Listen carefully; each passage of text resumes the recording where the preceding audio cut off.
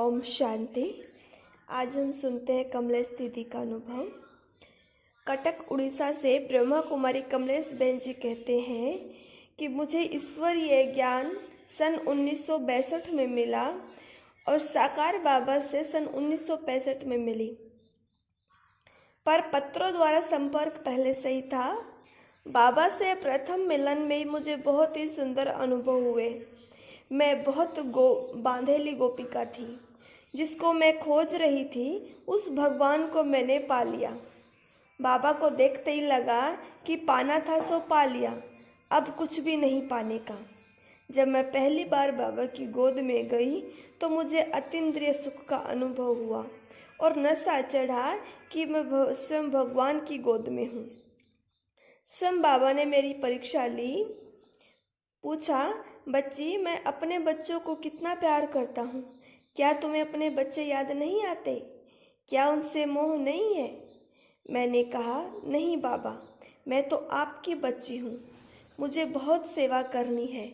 तो बाबा ने मुझे बहुत प्यार दिया, पीठ पर हाथ रख शाबाशी दी, गोद में लिया और कहा, बाबा को ऐसी साहसी बच्चियाँ चाहिए। शाबाश बेटी, तुम ऐसे ही सर्विस करती आगे बढ़ती रहो, तुम मेरे विजयी रतन हो।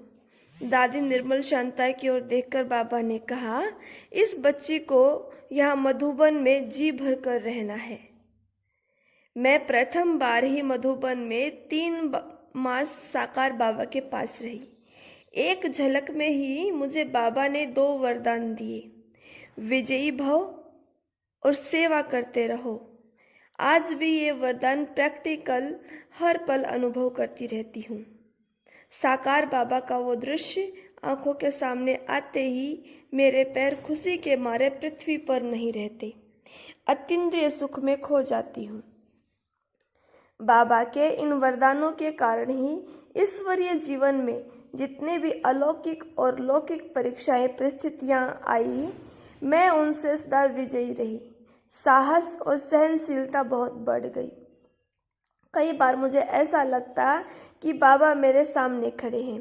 कई बार भाषण करते समय अनुभव होता कि बाबा ने ही करवाया है, मैंने कुछ नहीं किया। अनुभव होता है कि बाबा मेरे सिर पर हाथ रखते और शक्ति भरते हैं। जब बाबा मुरली सुनाते थे तब मैंने कई बार अनुभव किया कि बाबा के मस्तक में लाइट चमक रही है और उससे मुझे शक्ति मिल रही है। मैंने बाबा के कई रूपों का अनुभव किया, जैसे कभी गोपियों के साथ श्री कृष्ण का रूप, कभी सखा का स्वरूप, कभी शिक्षक का स्वरूप, कभी गुरु का वरदानी स्वरूप, कभी गिरे हुओं को ऊपर उठाने वाले पतितोद्धारक का स्वरूप, कभी निर्बलों को बल देने वाले बलवान का स्वरूप, कभी बेसहारों को सहारा देने वाले दीन बंधु का स्वरूप। जब मैं बंधन में थी उस समय प्यारे बाबा के पत्रों को हमारे घर वाले पढ़ने नहीं देते थे। उनको मैं साड़ियों में छिपा कर रखती थी। जब घर वाले उनकी खोजबीन करते थे तो एक भी पत्र उन्हें नहीं मिलता था। साड़ी झाड़ने के बाद भी वे नीचे नहीं गिरते थे, मानो कोई ने अपनी जादूगरी से उन्हें साड़ी के अंदर चिपका कर रखा हो। वे सब चुप रह जाते थे। यह प्यारे बाबा का चमत्कार नहीं था तो और क्या था। एक बार मेरा लौकिक भाई आया और चेतावनी देकर गया कि तुम जहाँ भी होंगी मैं तुम्हें वापस घर ले आऊँगा, गुंडों को लेकर पहुँचूंगा। तुम्हें रहना है तो ससुराल में रहो या मेरे पास रहो। मैं थोड़ा डर गई। यह बात मैंने बाबा को कमरे में सुनाई तो बाबा ने प्यार से सिर पर हाथ रखकर कहा, बच्ची, तुम बिल्कुल नहीं डरो, तुम बाबा पर बलिहार हो गई हो, अनुभवी हो। तुम्हें दुनिया की कोई शक्ति मुझसे दूर नहीं ले जा सकती। बलिहार होने वाले बाबा के गले का हार होते हैं। तुम बाबा के गले का हार हो, तुम्हें माया नहीं डरा सकती। मुझे बहुत हिम्मत और साहस आ गया। मेरा भाई कुछ नहीं कर सका, वह हार गया। बाबा की जीत हो गई। कैसा भी बड़ा बंधन या भयभीत करने वाली बात मेरा कुछ नहीं कर सकी। सन 1966 की बात है। उस समय मैं एक सेंटर पर थी। मैं बहुत बीमार हो गई। ऐसी परिस्थिति आई कि कमजोरी के कारण चलना भी मुश्किल हो गया। पता नहीं जानी जाननहार बाबा को कैसे पता पड़ा। दूसरे ही दिन साकार बाबा का टेलीग्राम आया कि बच्ची को फौरन मधुबन भेजो। उस बीमार अवस्था में मेरे श्वास में बाबा और मधुबन की ही याद थी। जब मधुबन पहुंची तो बड़ा विचित्र और रोमांचकारी दृश्य था। पहुंचते ही बाबा मेरा हाथ पकड़कर बगीचे में ले गए और एकदम पास में बिठाकर सारा समाचार पूछा। दिलाराम बाबा ने मेरे दिल की आस जान ली और साकार में भी सुन ली। उस समय मुझे ऐसा अनुभव हुआ कि मैं अपने प्यारे दिलबर के सामने सब दिल की बातें सुना रही हूँ। बाबा ने इतना प्यार किया जिसे मैं वर्णन नहीं कर सकती। मैं अपने सारे दुख दर्दों को भूल गई और बाबा की प्रीत में खो गई। एक बार मधुबन में मैं और सत्यवती बहन झूले पर झूल रहे थे। बाबा आकर बीच में बैठ गए। हमें ऐसा अनुभव हुआ बाबा एक छोटा सुंदर बच्चा है, वह हमारे बीच में बैठा हुआ है। हमें बहुत खुशी हो रही थी। तब बाबा ने बोला, बच्ची तुम ऐसे सदा अतीन्द्रिय सुख के झूले में झूलते रहना। एक बार की घटना है, मुझे सब्जी कटवाने की ड्यूटी मिली हुई थी। बाबा मेरे पास आकर बैठ गए। एक तरफ मैं थोड़ा डर गई, दूसरी तरफ अपने भाग्य पर नाज। बाबा ने कहा, बच्ची क्या कर रही हो? मैंने कहा, बाबा कच्चे टिंडों को पके हुए से और पके हुए को कच्चे टिंडों से अलग कर रही हूँ। बाबा ने कहा, बच्ची देखो मैं तुम्हारे कच्चे टिंडे से पके टिंडे को निकाल दूंगा और पके हुए टिंडों से कच्चे टिंडों को निकाल दूंगा। सचमुच बाबा ने टोकरियों में हाथ डाला और कच्चों में से पक्कों को निकाल दिया, जिन्हें हम अलग अलग कर चुके थे। इस प्रकार बाबा बच्चों को हंसाते थे, बहलाते थे और आश्चर्यचकित कर देते थे।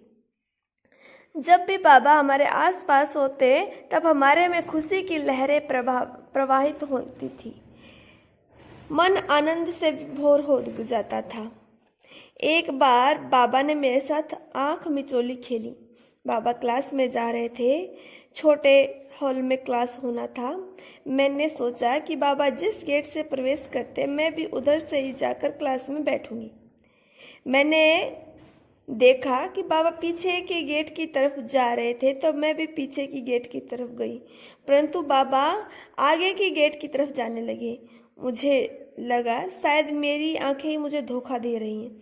फिर एक सेकंड चुप होकर बाबा से पूछना चाहा।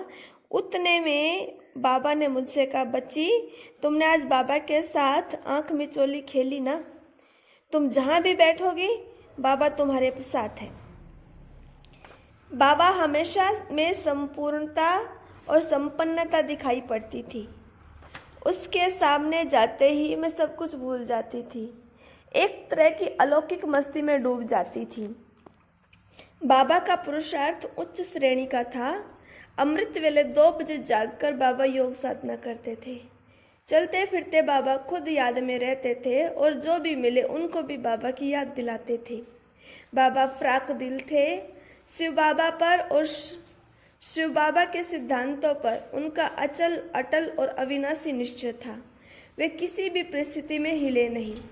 जब समाज में इस ज्ञान को कोई मानता नहीं था, कई बड़े बड़े परिवारों की माताएं कन्याएं घर त्याग कर आई। उनको शरण देना, उनकी पालना करना कितनी हिम्मत की बात है।